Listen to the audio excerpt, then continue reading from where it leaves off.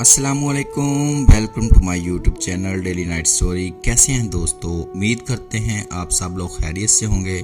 دوستو، آج کا واقعہ سننے سے پہلے آپ سے گزارش ہے کہ اگر آپ ہمارے چینل پر نئے ہیں تو پلیز چینل کو سبسکرائب کر لیجئے اور کمنٹ کر کے اپنی رائے کا اظہار ضرور کیجئے، شکریہ۔ ایک دفعہ خلیفہ ہارون الرشید حج کے لیے مکہ معظمہ گیا۔ منام قیام کی پہلی رات تھی۔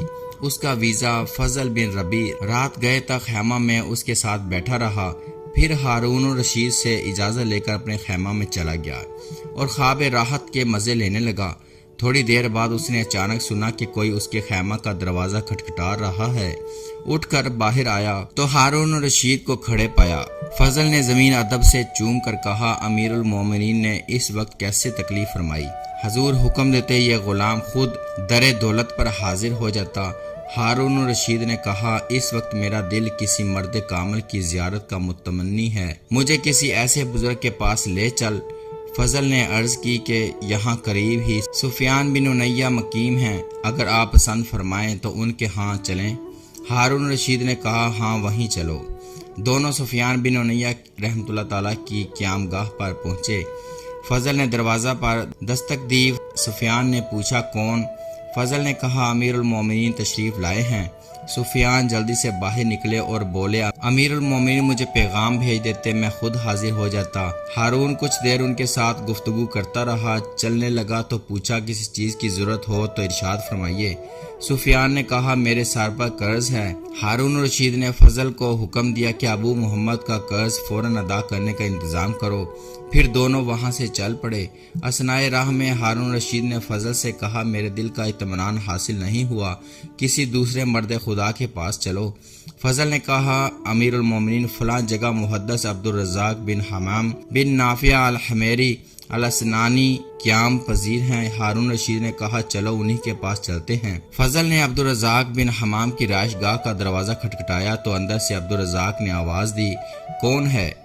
فضل نے جواب دیا، امیر المومنین آپ سے ملاقات کرنا چاہتے ہیں۔ عبدالرزاق عجلت سے باہر نکلے اور بولے، امیر المومنین مجھے طلب فرما لیتے، میں خود حاضر ہو جاتا۔ ہارون رشید ان سے بھی تھوڑی دیر تک گفتگو میں مصروف رہا اور چلنے کا ارادہ کیا۔ چلتے چلتے عبدالرزاق سے پوچھا، آپ پر کوئی قرض تو نہیں؟ عبدالرزاق نے جواب دیا، امیر المومنین میں اتنی رقم کا مقروض ہوں۔ ہارون الرشید نے فضل کو حکم دیا، ابو العباس ان کا قرض ادا کرو۔ وہاں سے چلے تو ہارون رشید نے فضل سے کہا، اے ابو العباس، یہاں بھی میرے دل کی مراد پوری نہیں ہوئی، چلو کسی اور کے پاس چلیں۔ فضل نے عرض کیا، امیر المومنین اس طرف فضیل بن ایاز رحمۃ اللہ تعالی مقیم ہیں۔ ہارون رشید نے کہا، تو آؤ اب انہی کے پاس چلتے ہیں۔ دونوں حضرت فضیل بن ایاز کے خیمہ پر پہنچے۔ اس وقت وہ نماز پڑھ رہے تھے۔ جب فارغ ہو گئے تو فضل نے دروازے پر دستخط دی، پوچھا، کون ہے؟ فضل نے جواب دیا، امیر المومنین تشریف لائے ہیں۔ فضیل نے اندر ہی سے فرمایا، یہاں امیر المومنین کا کیا کام ہے؟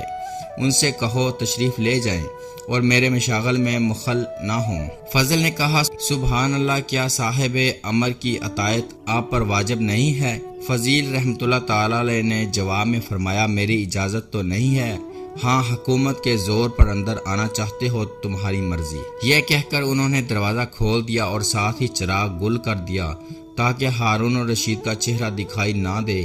ہارون الرشید اور فضل دونوں خیمے کے اندر داخل ہو گئے اور گھپ اندھیرے میں فضیل کو ڈھونڈنے لگے۔ اچانک ہارون الرشید کا ہاتھ فضیل کے ہاتھ سے مس ہو گیا۔ انہوں نے فرمایا، کیا ہی نرم ہاتھ ہے، یہ ہاتھ کتنا خوش نصیب ہوگا اگر قیامت کے دن دوزخ کی آگ سے محفوظ رہے۔ ہارون الرشید نے کہا، اللہ آپ پر رحمت کرے، ہمیں کوئی نصیحت فرمائیے۔ فضیل بن ایاز رحمۃ اللہ تعالی تیرے باپ عباس رضی اللہ تعالیٰ عنہ رسول کریم صلی اللہ علیہ وآلہ وسلم کے چچا تھے۔ انہوں نے ایک دفعہ حضور کریم صلی اللہ علیہ وآلہ وسلم سے درخواست کی کہ یا رسول اللہ صلی اللہ علیہ وسلم مجھے کسی علاقے کے حکومت عطا فرمائیے۔ حضور نے کہا، اے عباس، میں تمہیں تمہارے نفس پر امیر بنایا، ایسا نفس جو اطاعت حق میں مشہور رہے، اس حکومت سے بہتر ہے جس کی ذمہ داریوں کا کوئی شمار نہیں۔ حکومت قیامت کے دن شرمندگی کا باعث ہوگی۔ ہارون الرشید کچھ اور ارشاد فرمائیے۔ فضیل بن ایاز امیر المومنین عمر بن عبدالعزیز رحمۃ اللہ تعالی جب مسند خلافت پر بیٹھے تو انہوں نے رجا بن حیات رحمۃ اللہ تعالی، سالم بن عبداللہ اور محمد بن کعب القرظی کو بلا بھیجا اور ان سے کہا کہ میں آزمائش میں ڈال دیا گیا ہوں، مجھے کوئی مشورہ دو۔ اے ہارون الرشید، ذرا اپنے گریبان میں منہ ڈال کر دیکھو۔ عمر بن عبدالعزیز رحمۃ اللہ تعالی علیہ نے تو خلافت کو آزمائش خیال کیا، لیکن تم اور تمہارے ساتھی اسے نعمت سمجھ کر اس پر ٹوٹ پڑتے ہیں۔ اب سنو کہ عمر بن عبدالعزیز کو سالم بن عبداللہ نے کیا جواب دیا۔ انہوں نے فرمایا، اگر آپ چاہتے ہیں کہ قیامت کے دن عذاب الہی سے محفوظ رہیں تو مسلمانوں میں جو بڑی عمر کا ہے اس کو اپنے باپ کی طرح، جو آپ کی عمر کا ہے اس کو اپنے بھائی کی طرح، اور جو لڑکا ہے اس کو اپنے فرزند کی طرح سمجھیے۔ اسی طرح غیر عورتوں کو اپنی ماؤں کی طرح اور بہنوں کی طرح سمجھیے۔ رجا بن حیات رحمۃ اللہ تعالی نے کہا، اگر آپ قیامت کے دن حق تعالیٰ کے سامنے شرمسار ہونا نہیں چاہتے تو مسلمانوں کے لیے وہی پسند کیجیے جو آپ اپنے لیے کرتے ہیں، اور جس چیز کو اپنے لیے برا سمجھتے ہیں اسے مسلمانوں کے لیے بھی برا سمجھیے۔ پھر جب چاہے بے خوف و خطر اپنی جان خالق کے حقیقی کے سپرد کر دیجیے۔ اے ہارون رشید، اے خلیفۃ المسلمین، میں بھی تمہیں اسی دن کا خوف دلاتا ہوں جب بڑے بڑے مضبوط قدم ڈگمگا جائیں گے۔ اللہ تم پر رحم کرے۔ کیا تمہارے ساتھی عمر بن عبدالعزیز کے ساتھیوں کی طرح ہیں جو تم کو ان جیسا مشورہ دیتے ہیں؟ حضرت فضیل کے ارشاد سن کر ہارون رشید پر حقیقت طاری ہو گئی اور وہ اس قدر رویا کہ غشی طاری ہو گئی۔ جب ہوش آیا تو کیا کہا، کچھ مزید فرمائیے۔ فضیل بن ایاز رحمۃ اللہ تعالی، اے ہارون رشید، میں تیرے اس حسین و جمیل چہرے سے ڈرتا ہوں کہ کہیں دوزخ کی آگ میں جھلس نہ جائے۔ یاد رکھ کہ قیامت کے دن حق تعالیٰ تجھ سے ایک ایک مسلمان کی نسبت سوال کرے گا کہ تو نے اس سے انصاف کیا یا نہیں، یہاں تک کہ اگر کوئی بڑھیا کسی رات بھوکی سوئی ہو تو قیامت کے روز وہ بھی تیرا دامن پکڑے گی اور تجھ سے جھگڑا کرے گی۔ پس اس چہرے کو آگ سے بچا سکتا ہے تو بچا، اور زندگی کے لیل و نہار اسی طرح گزار کہ تیرے دل میں اپنی رعیت کے بارے میں کوئی کھوٹ اور کینہ نہ ہو، کیونکہ رسول کریم صلی اللہ علیہ وسلم نے فرمایا ہے کہ جس حاکم نے اس حالت میں صبح کی کہ اس کے دل میں اپنی رعایا کے خلاف کینہ بھرا ہوا ہے، وہ جنت کی بو بھی نہ سونگنے پائے گا۔ ہارون الرشید یہ سن کر زار و زار رونے لگا، یہاں تک کہ اسے اپنی سدھ بدھ نہ رہی۔ فضل بن ربی نے حضرت ایاز رحمۃ اللہ تعالی سے کہا، امیر المومنین سے کچھ نرمی برتیے، آپ نے تو انہیں مار ہی ڈالا ہے۔ ایاز رحمۃ اللہ تعالی نے فرمایا، اے ربی کے بیٹے، ہارون رشید کو تم اور تمہارے ساتھیوں نے ہلاک کیا ہے، میں نے انہیں ہلاک نہیں کیا۔ ہارون رشید کو ہوش آیا تو اس نے حضرت فضیل سے پوچھا، آپ پر کوئی قرض ہے؟ فرمایا، خدا کا قرض ہے جس کا وہ مجھ سے محاسبہ کرے گا، پس ہلاکت ہے میرے لیے جب مجھ سے باز پرس ہوگی اور میری کوئی دلیل کام نہ آئے گی۔ ہارون رشید نے کہا، میں لوگوں کا قرض پوچھتا ہوں۔ فرمایا، میرے رب نے مجھے اس کا حکم نہیں دیا ہے، بلکہ یہ حکم دیا ہے کہ میں اس کے وعدہ کو سچا جانوں اور اس کی اطاعت کروں۔ حق تعالیٰ کا ارشاد ہے کہ میں نے جنوں اور انسانوں کو عبادت کے سوا کسی اور غرض کے لیے پیدا نہیں کیا، مجھے نہ تو ان سے رزق حاصل کرنے کی خواہش ہے اور نہ ہی میں چاہتا ہوں کہ وہ مجھے کھلائیں، بے شک اللہ تعالیٰ رازق اور زبردست قوت والا ہے۔ ہارون رشید، یہ 1000 دینار کی تھیلی ہے، میری والدہ کے میراث ہے اور خالص طیب ہے، اس کو قبول فرمائیے۔